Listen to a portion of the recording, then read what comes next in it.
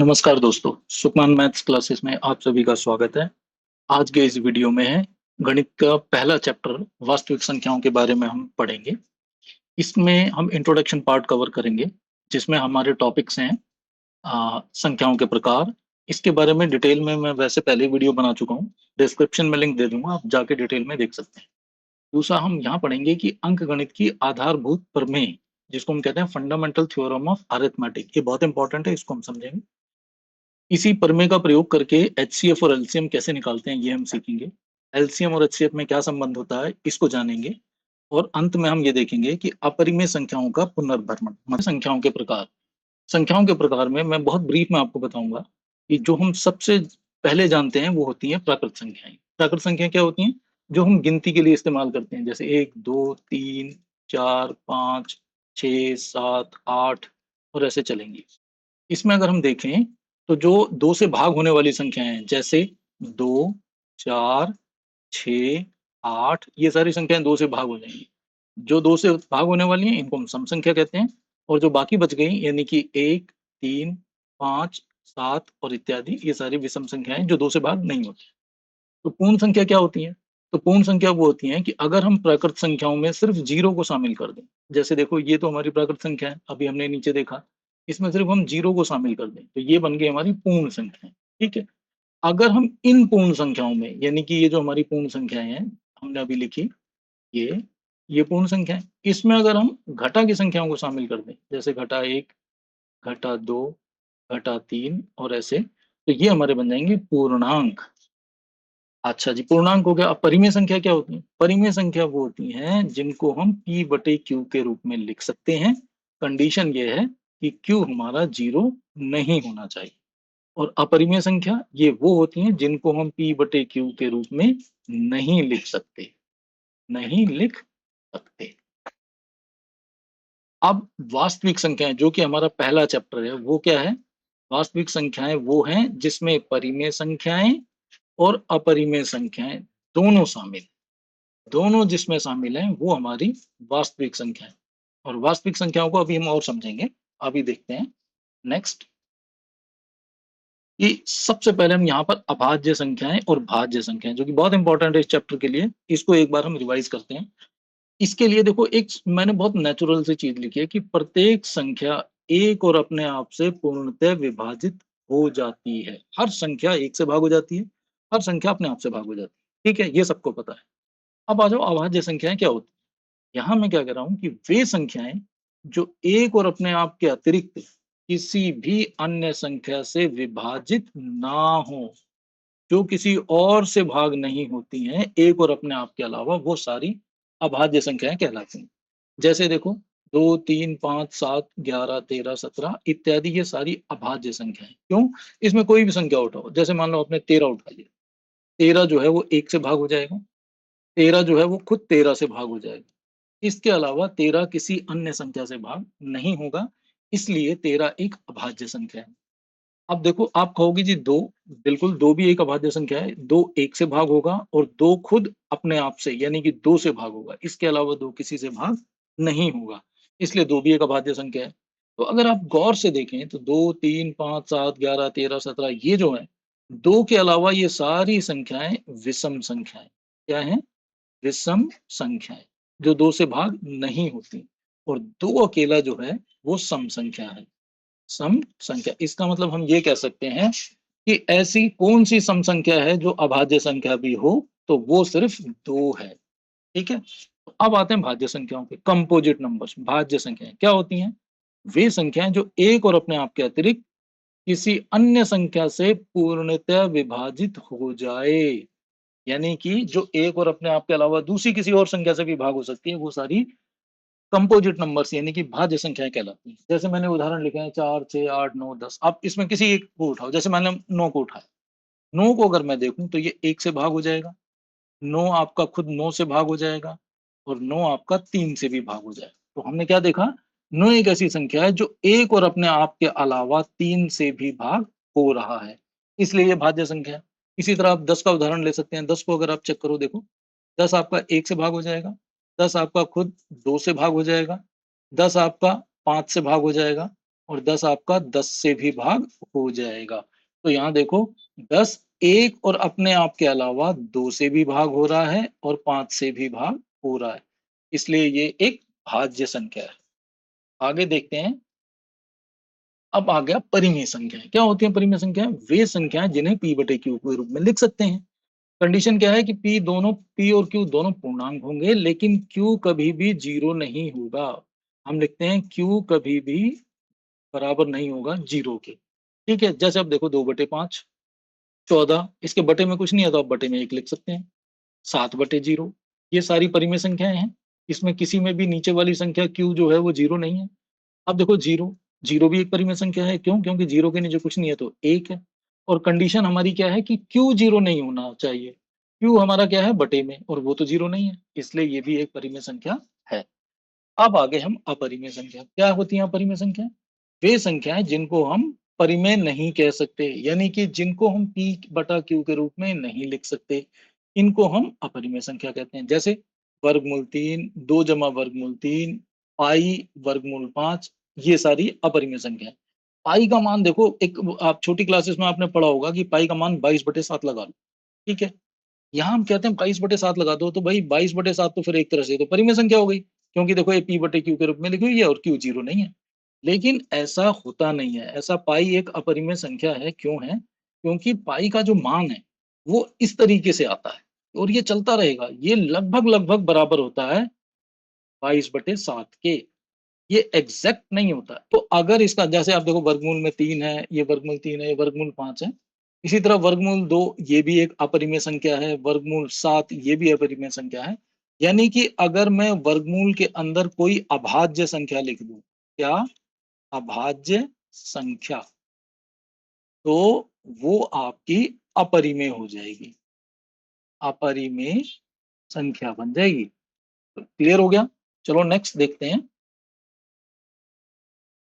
जो हमारा पहला चैप्टर वास्तविक संख्याएं। क्या होती हैं वास्तविक संख्याएं?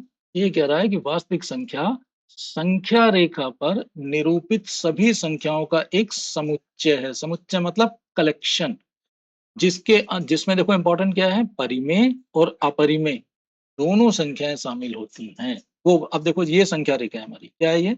संख्या रेखा। संख्या रेखा पे देखो हमने ये नंबर लिख दिया, इधर जीरो है, जीरो के इधर तक सारी जमा की संख्या है जिनको पॉजिटिव कहते हैं, और जीरो के इधर सारी घटा की संख्या है जिनको नेगेटिव कहते हैं। तो इस संख्या रेखा पर जितनी भी संख्याएं आप दिखा सकते हैं वो सारी की सारी वास्तविक संख्याएं कहलाती हैं। तो देखो इसके अंदर हम परिमेय संख्या भी दिखा सकते हैं और अपरिमेय। अब अपरिमेय कैसे? जैसे मैं कहूंगा कि वर्गमूल 3 का मान क्या होता है? 1.73205 0.8 0.7 और ऐसे चलता रहेगा। तो अगर मैं इसको लगभग लगभग मैं बात करूं, तो अगर मैं यहां तक देखूं तो लगभग भैया ये 1.25 के बराबर है। 1.25 मतलब देखो यहाँ से ये 1 है, ये 2 है, और ये बीच में हो गया 1.5, और 1.25 क्या होगा? इन दोनों के बीच में कहीं तो ये होगा।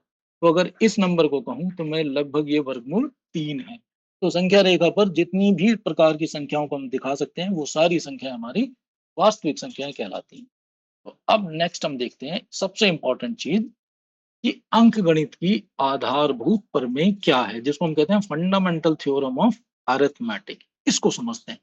तो ये कह रहा है कि ध्यान से एक एक शब्द को ध्यान से देखना कि प्रत्येक भाज्य संख्या, किसकी बात कर रहा है? भाज्य। भाज्य संख्या क्या होती है? जिसके गुणनखंड 2 से ज्यादा होते हैं, मतलब जो एक और अपने आप के अतिरिक्त किसी अन्य संख्या से भी भाग हो जाती है, वो भाज्य संख्या है। ये कह रहा है कि प्रत्येक भाज्य संख्या को अभाज्य संख्याओं के एक अद्वितीय गुणनफल के रूप में व्यक्त किया जा सकता है। अब गुणनखंड का क्रम चाहे जो भी हो, अद्वितीय होता है। इसको समझते हैं। देखो क्या कहती है थ्योरम। ये कह रहा है कि भाई कोई भी एक भाज्य संख्या ले लो। जैसे उदाहरण के तौर पे हमने 18 ले ली।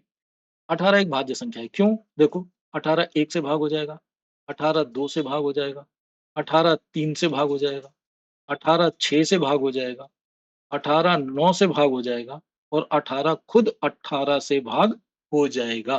तो भाज्य संख्या मैंने क्या बताई थी? जो एक और अपने आप के अतिरिक्त किसी अन्य संख्या से भी भाग हो जाए वो भाज्य भाज्य संख्या होती है। तो अब ये कह रहा है कि कोई भी भाज्य संख्या है इसको हम कैसे लिख सकते हैं? देखो अगर आपको याद हो तो हम गुणनखंड कैसे बनाते हैं? ऐसे करते हैं। हमेशा अभाज्य संख्याओं से करते हैं। तो सबसे छोटी अभाज्य संख्या 2 होती है, तो 2 से करो, 2 निम 18। फिर देखो 2 से होगा क्या? नहीं होगा। तो अगली अभाज्य संख्या वो है 3, 3 से होगा तो हो जाएगा। तो देखो 3 तियां 9। फिर देखो ये 3 से भाग होगा, हो जाएगा। 3 एकम 3। तो ये हो गया। तो अब मैं कहूंगा 18 को मैं क्या लिख सकता हूँ? देखो मैंने दिखाया भी है ऊपर।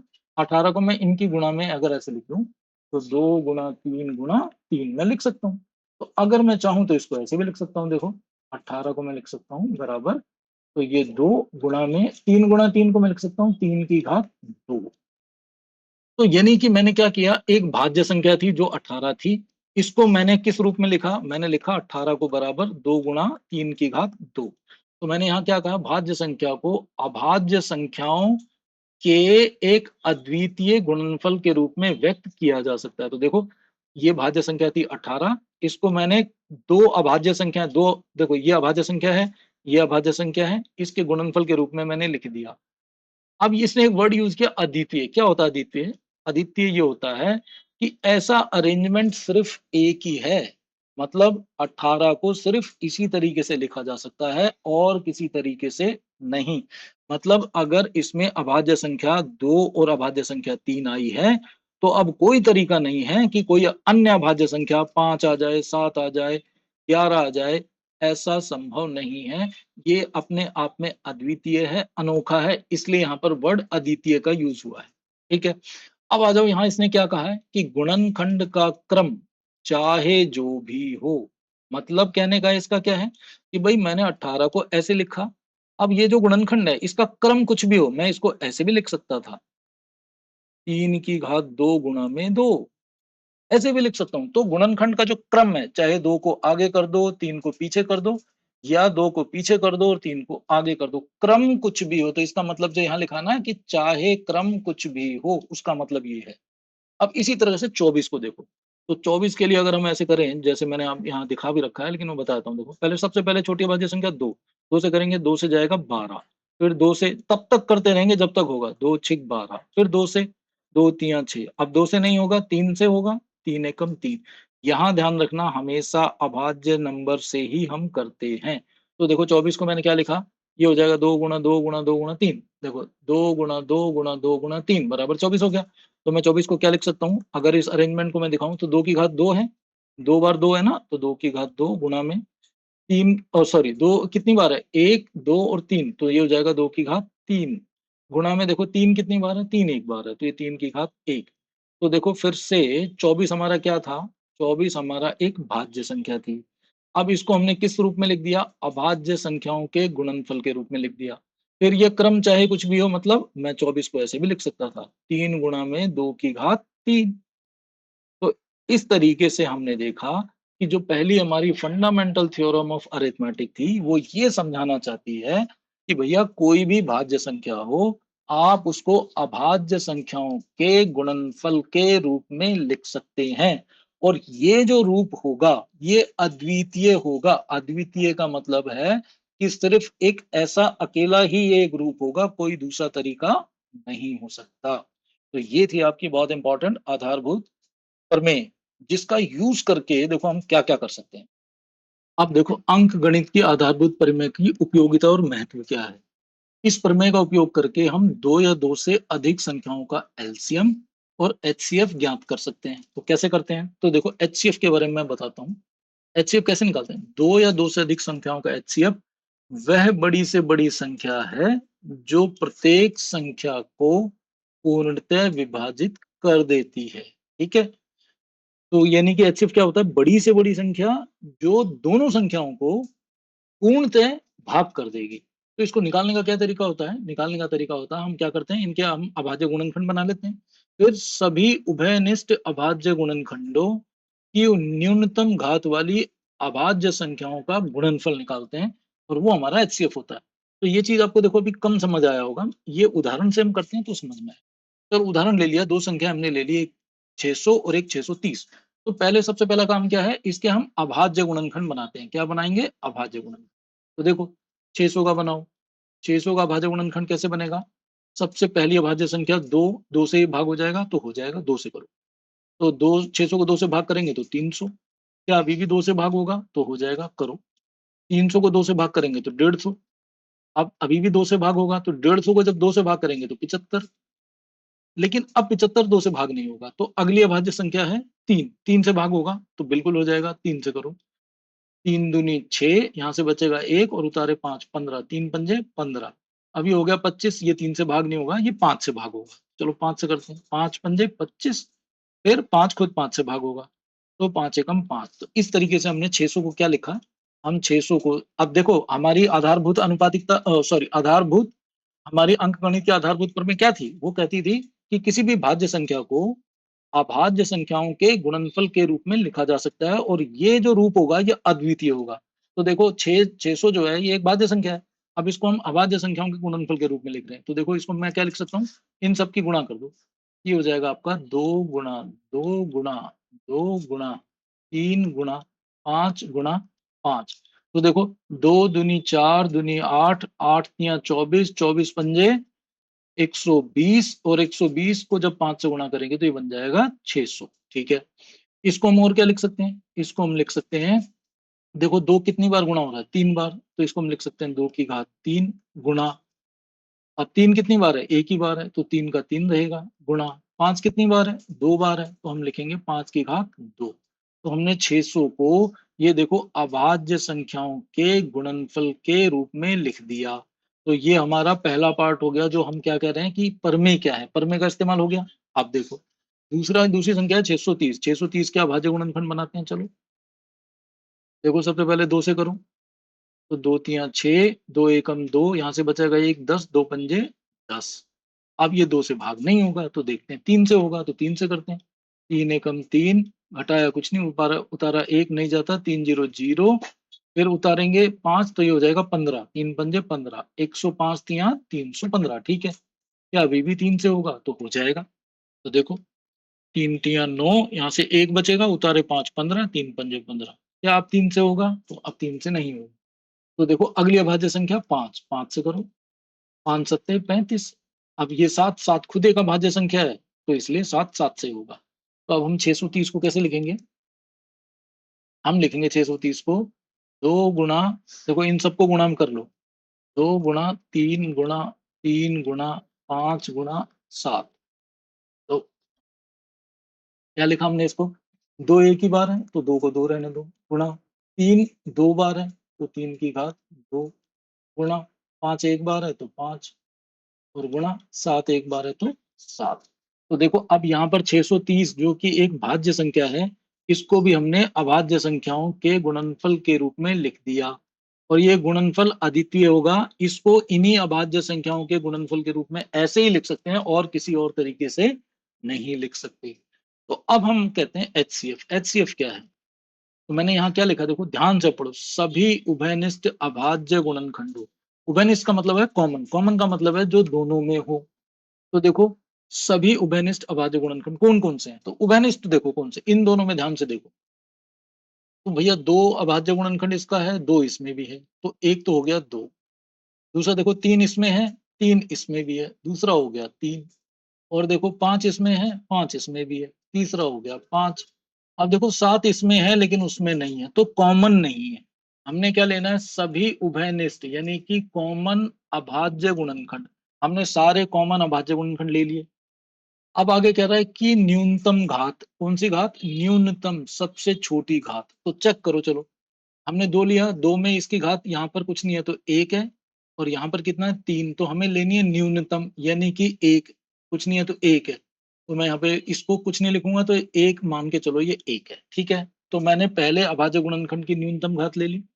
अब दूसरा 3 है, 3 की घात चेक करो, इसकी 1 है, इसकी 2 है, तो मैं न्यूनतम लूंगा यानी कि मैं 1 वाले को ही लूंगा। यहाँ कुछ नहीं है तो 1 है। ठीक है, अब तीसरा देखो, यहाँ पर 5 है, इसकी घात 2 है, इसकी घात 1 है, तो मैं तो न्यूनतम वाले लूंगा यानी कि इस तीनों की घात 1 1 1 हो गई। तो मैंने क्या करा, सभी उभयनिष्ठ अभाज्य गुणनखंडों की न्यूनतम घात वाली अभाज्य संख्या ले ली, ये ले ली, का गुणनफल। अब इनका गुणनफल ये, तो देखो कितना हो गया, 2 तियां 6 और 6 पंजे 30।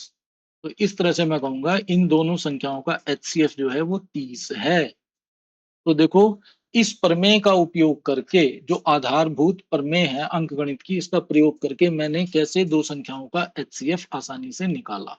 तो अब देखो इसी प्रमेय का प्रयोग करके एलसीएम कैसे निकालते हैं। तो चलो नेक्स्ट देखो एलसीएम। तो यहाँ पर भी मैंने उदाहरण सेम लिया है, तो मैं एक काम करता हूँ, पिछले उदाहरण से ही इसके अभाज्य गुणनखंड लिख लेता हूँ, ताकि हमें सीधा यहाँ एलसीएम को समझना पड़े। तो देखो 600 के क्या थे, 600 का था 2 की घात 3, 3 की घात 1, 5 की घात 2। तो लिख देते हैं 2 की घात 3, 3 की घात 1 और 5 की घात शायद 2 था, 5 की घात 2, 5 की घात 2। अब देखो 630 क्या था, ये है 2 की घात 1, 3 की 2 और 5 और 7 1 1। 2 की घात 1, 3 की 2 और 5 और 7, ये है। ठीक है, तो देखो एलसीएम क्या कहता है, ये कहता है दो या दो से अधिक संख्याओं का एलसीएम वह सबसे छोटी संख्या है जो प्रत्येक संख्या से पूर्णतः विभाजित हो जाती है। ध्यान देना, उसमें और इसमें फर्क है। हाँ, ये चीज भी आप समझ लो कि हमने क्या कहा था यहाँ पर कि एचसीएफ क्या होता है, बड़ी से बड़ी संख्या जो प्रत्येक संख्या को पूर्णतः विभाजित कर देती है। तो देखो यहाँ पे हमने एचसीएफ निकाला 30, इसको एक बार समझ लो। देखो 600 और दूसरी थी 630, इन दोनों संख्याओं को भाग करने वाली बहुत सारी संख्याएं हैं। जैसे देखो ये दोनों संख्याएं आपकी 2 से भाग हो जाएंगी, ये दोनों संख्याएं आपकी 3 से भाग हो जाएंगी, ये दोनों संख्याएं आपकी 5 से भाग हो जाएंगी, ये दोनों संख्याएं आपकी देखो 10 से भी भाग हो जाएंगी। और क्या ये 20 से होंगी? हाँ, 20 से नहीं होंगी। उसके बाद ये दोनों संख्या आपकी 30 से भाग हो जाएगी। तो यहाँ एचसीएफ ने क्या कहा था, एचसीएफ क्या होता है, वह सबसे बड़ी संख्या जो प्रत्येक को पूर्णतः विभाजित करती है। तो देखो यहाँ पर 600 और 630 को दोनों को भाग करने वाली बहुत सारी संख्याएं हैं, 2 भी है, 3 भी है, 5 भी है, 10 भी है और 30 भी है, लेकिन 30 जो है वो सबसे बड़ी है। इसका मतलब जो एचसीएफ निकल कर आया, ये एचसीएफ वो सबसे बड़ी संख्या है जो दोनों को पूरी तरह से भाग कर देती है। लेकिन एलसीएम में क्या है, ये वो सबसे छोटी संख्या है, वहां सबसे बड़ी थी जो दोनों को भाग कर देती है, यहाँ क्या है, ये सबसे छोटी संख्या जो प्रत्येक से पूर्णतः विभाजित हो जाती है, यानी कि खुद भाग हो जाती है। समझेंगे इसको, अभी देखते हैं। तो इसको निकालते कैसे हैं, इसमें हम क्या करते हैं, सभी अभाज्य गुणनखंडों की अधिकतम घात वाली अभाज्य संख्याओं का गुणनफल। उसमें क्या था, उसमें सभी नहीं, सभी उभयनिष्ठ यानी कि कॉमन गुणनखंड लेने थे। और यहाँ पर क्या है, सभी अभाज्य गुणनखंड, वहां कॉमन थे, यहाँ सारे लेने हैं, पहली चीज। दूसरी चीज यहाँ पर क्या थी, न्यूनतम घात। और यहाँ पर क्या है, अधिकतम घात का गुणनफल, बाकी सब सेम है। तो देखो एलसीएम निकालते हैं, एलसीएम क्या होगा यहाँ पे। तो यहाँ पर हमें सभी सभी अभाज्य गुणनखंड लेना है। तो पहले अभाज्य गुणनखंडों को पहचानो। इसमें अभाज्य गुणनखंड कौन कौन से हैं, एक तो 2 है, एक 3 है और एक 5 है। ठीक है, इस वाले में देखो 2 हो गया, 3 हो गया, 5 हो गया। अब इस वाले में देखो 2 3 5, ये तो हम पहले ही ले चुके हैं, एक एक्स्ट्रा हो रहा है 7, ये मैंने ले लिया। तो इसने क्या कहा, सभी अभाज्य गुणनखंडों की अधिकतम घात। अब हमें घात अधिकतम लेनी है, तो चेक करो, सबसे पहले 2 उठाओ, 2 की अधिकतम घात देखो, ये 1 है, ये 3 है, तो मुझे अधिकतम लेनी है 3। अब देखो दूसरा अभाज्य गुणनखंड 3, 3 को उठाओ, इसकी घात 1 है, इसकी घात 2 है, तो मैं अधिकतम लेनी है यानी कि 2। अब देखो 5, 5 की अधिकतम, इसकी घात 2 है, इसकी घात 1 है, हमें अधिकतम लेनी है यानी कि 2। दूसरा देखो 7, 7 यहाँ है, 7 वहां नहीं है। आप कहोगे जी 7 वहां नहीं है, तो अगर मैं लिखना चाहूँ तो मैं लिख सकता हूँ 7 की घात 0, क्योंकि किसी भी घात हम 0 करते हैं तो वो 1 होता है, लेकिन लिखने की जरूरत नहीं है। आप सिंपल समझो, इधर 7 है, वहां 7 नहीं है, तो 7 की जो घात है वही अधिकतम घात है। ठीक है, तो 7 की घात अगर कुछ नहीं है, तो यही 7 की जो भी घात है वही अधिकतम घात है। तो यहाँ पर कुछ घात नहीं है, तो 1 है, तो मैं लिख दूंगा यहाँ पर 1 है, तो मैं यहाँ पर 1 ही लिख दूंगा। तो 7 की घात कुछ नहीं है, तो 1 ही रहेगी। अब आगे क्या कहता है, वाली अभाज्य संख्याओं का गुणनफल। तो अब इन सबका गुणनफल, तो देखो इन सबका गुणनफल क्या बनेगा, 2 दूनी 4 दूनी 8, 3 तिया 9, 5 पंजे 25 और गुणा में 7। ये कितना बन गया देखो, 8 नीम 72, 72 और 25 सत्ते, अब इसको करके देखते हैं। देखो 25 सत्ते 100, ये हो गया 72 गुणा 175, 8 नहीं 72 और 25 सत्ते 175, इसको गुणा करेंगे तो आंसर आ जाएगा। करके देख लेते हैं चलो। 175 को 72 से गुणा कर दो, तो 2 से करो, 2 पंजे 10 की 0 हासिल 1, 2 सत्ते 14, 15 का 5 हासिल 1, 2 एकम 2 और 1 3। अब देखो 7 से करो, 7 पंजे इधर कुछ नहीं, 7 पंजे 35 का 5 हासिल 3, 7 सत्ते 49 और 3 52 का 2 हासिल 5, 7 एकम 7 5 12। तो देखो कितना हो गया 0, 5 5 10 की 0 हासिल 1, 3 2 5 और 1 6, 2 का 2 1 का 1, तो 12,600। तो ये आ गया 12,600, एलसीएम आ गया। अब देखो यहां पर क्या कह रहा है कि हमने क्या कहा था एलसीएम में कि ये वो सबसे छोटी संख्या है, सबसे छोटी संख्या जो प्रत्येक संख्या से पूर्णतः विभाजित होगी। मतलब 12,600 इकलौती सबसे छोटी संख्या है जो आपकी 600 से भी भाग हो जाएगी और आपकी 630 से भी भाग हो जाएगी। तो एलसीएम समझ में आया। एलसीएम वो सबसे छोटी संख्या निकल कर आती है जो दोनों संख्याओं से पूर्णतः खुद भाग हो जाएगी। और एचसीएफ क्या होता है? एचसीएफ वो सबसे बड़ी संख्या होती है जो दोनों संख्याओं को पूर्णतः भाग कर देता है। ठीक है, तो हमने देखा कि हम अंक गणित की जो आधारभूत प्रमेय है इसका प्रयोग करके एचसीएफ कैसे निकालते हैं और इसका प्रयोग करके एलसीएम कैसे निकालते हैं। तो अब आगे चलते हैं। नेक्स्ट देखो कि भाई इनके अंदर संबंध क्या होता है, एचसीएफ और एलसीएम में क्या संबंध होता है। तो देखते हैं। उदाहरण अपना वही है, हमने इन दोनों का उदाहरण को आगे हल किया था पिछले पेज पे। तो हमने निकाला था एचसीएफ 30 निकाला था और हमने एलसीएम क्या निकाला था? एलसीएम निकाला था 12,600। देख लेते हैं। हाँ 12,600। अब ये क्या कह रहा है कि दो धनात्मक पूर्णांकों ए और बी के लिए दोनों का गुणनफल, देखो ए गुणा बी यानी कि दोनों संख्याओं का गुणनफल बराबर होता है उनका एचसीएफ गुणा उनका एलसीएम। तो देखो जी करते हैं। तो कैसे करते हैं अब देखते हैं। एक है हमारी पहली संख्या 600, ठीक है, और दूसरी संख्या हमारी 630। इनको अगर हम गुणा करें तो क्या आएगा? तो देखो अगर हम इनको गुणा करते हैं तो पहली बात तो ये 3 जीरो हो गई, ठीक है। अब देखो 6 × 18 का 8 हासिल 1, 6 × 36 और 1 37, यानी कि 3,78,000 आता है। एचसीएफ गुणा एलसीएम बराबर कितना हो जाएगा? ये 30 गुणा में 12,600।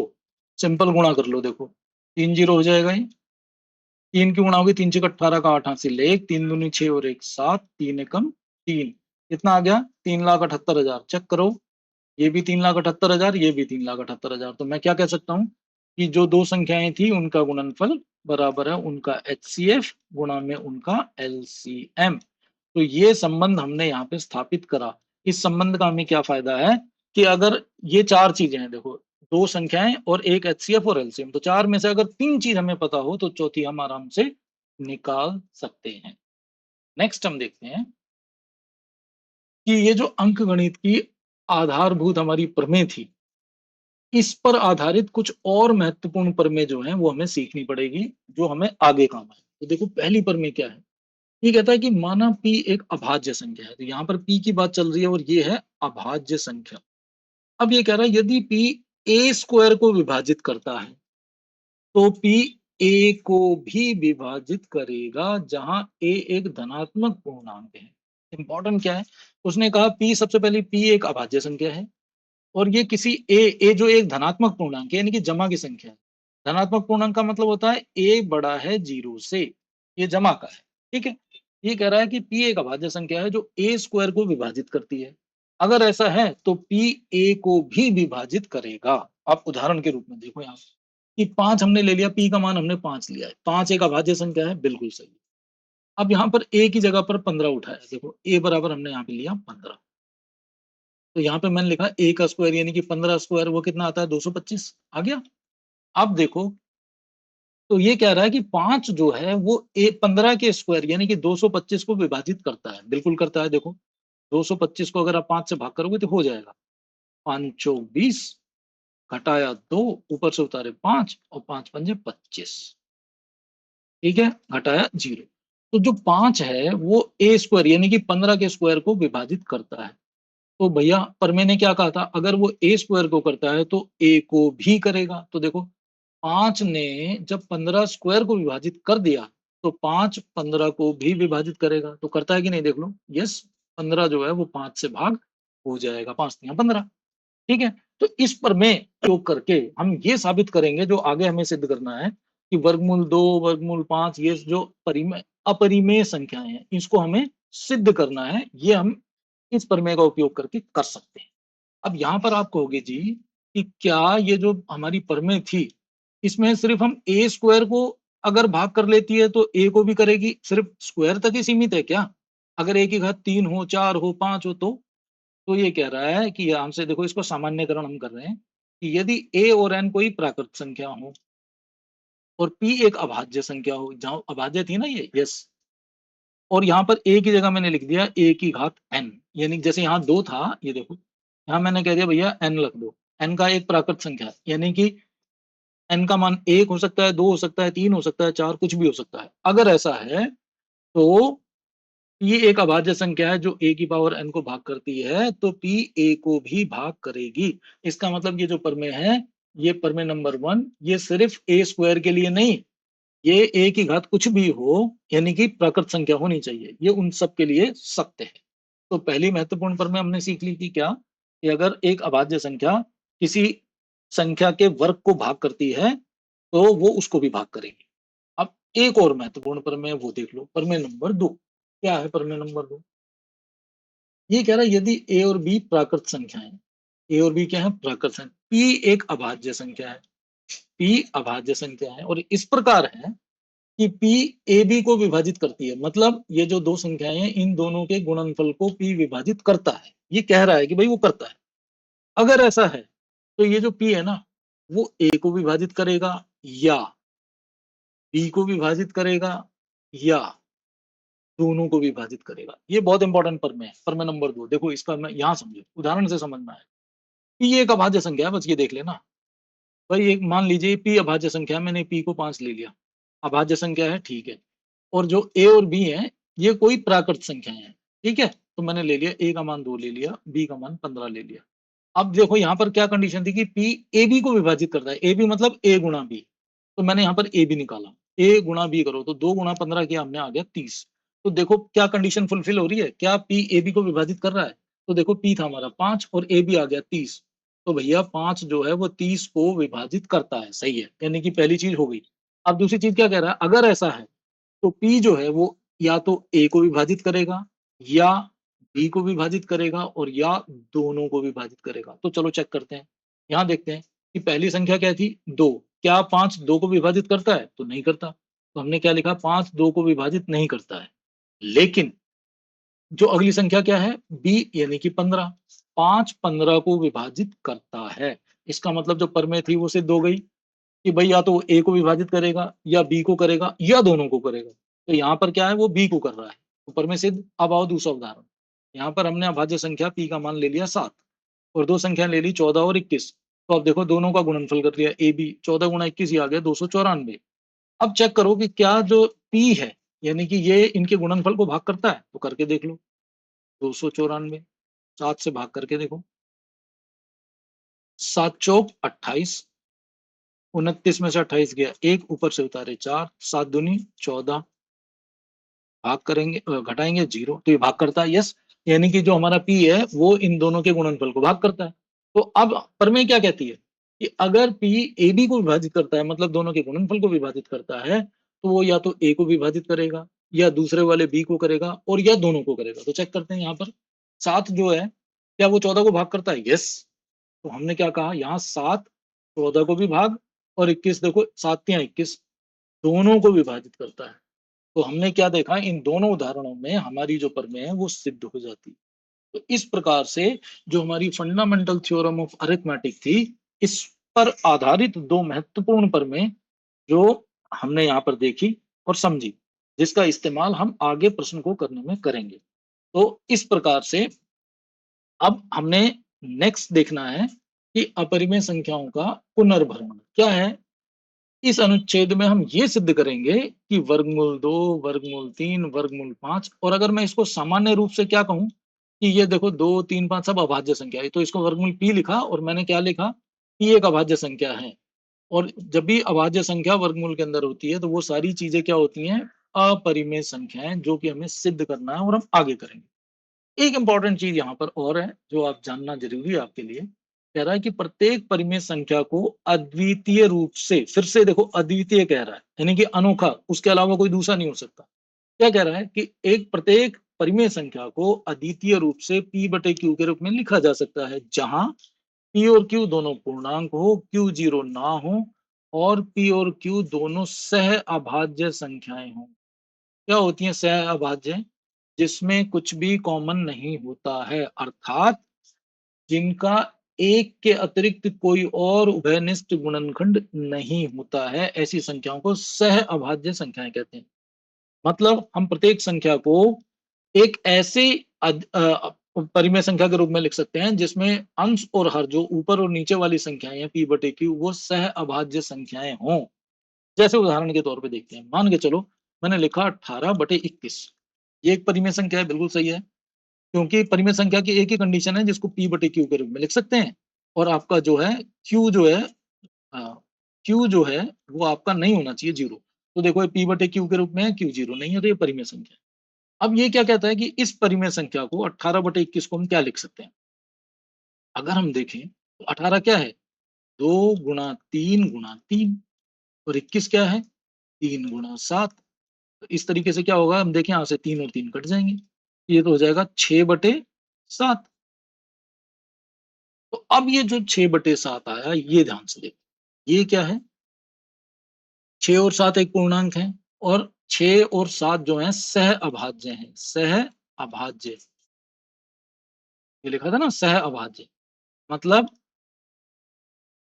इसमें आपस में कुछ भी कॉमन नहीं है। देखो 6 और 7 में कुछ कॉमन है, सिर्फ एक तो सब में ही होता है, तो इसने क्या लिखा है, जिनका एक के अतिरिक्त कोई और उभयनिष्ठ गुणनखंड ना हो। तो हमने यहाँ पर क्या कहा कि हम 18/21 को 6/7 के रूप में लिख सकते हैं, जबकि अपरिमेय संख्याओं में ऐसा नहीं किया जा सकता। यानी कि परिमेय संख्याओं को तो हम ऐसा कर सकते हैं, इसको छोटा करके इस रूप में ला सकते हैं कि जो ये सह अभाज्य बन जाए, लेकिन अपरिमेय संख्याओं में ऐसा नहीं किया जा सकता। तो इस तरीके से हमने इस चैप्टर में सारे के सारे जो कॉन्सेप्ट्स हैं वास्तविक संख्याओं के, वो हमने सीख लिए हैं। अगली वीडियो में हम इसकी जो 2 एक्सरसाइज हैं हम उसको करेंगे। Thank you. अगर आपको ये वीडियो पसंद आए तो लाइक करें, कमेंट करें, अपने दोस्तों के साथ शेयर करें और हमारे चैनल को सब्सक्राइब करना न भूलें।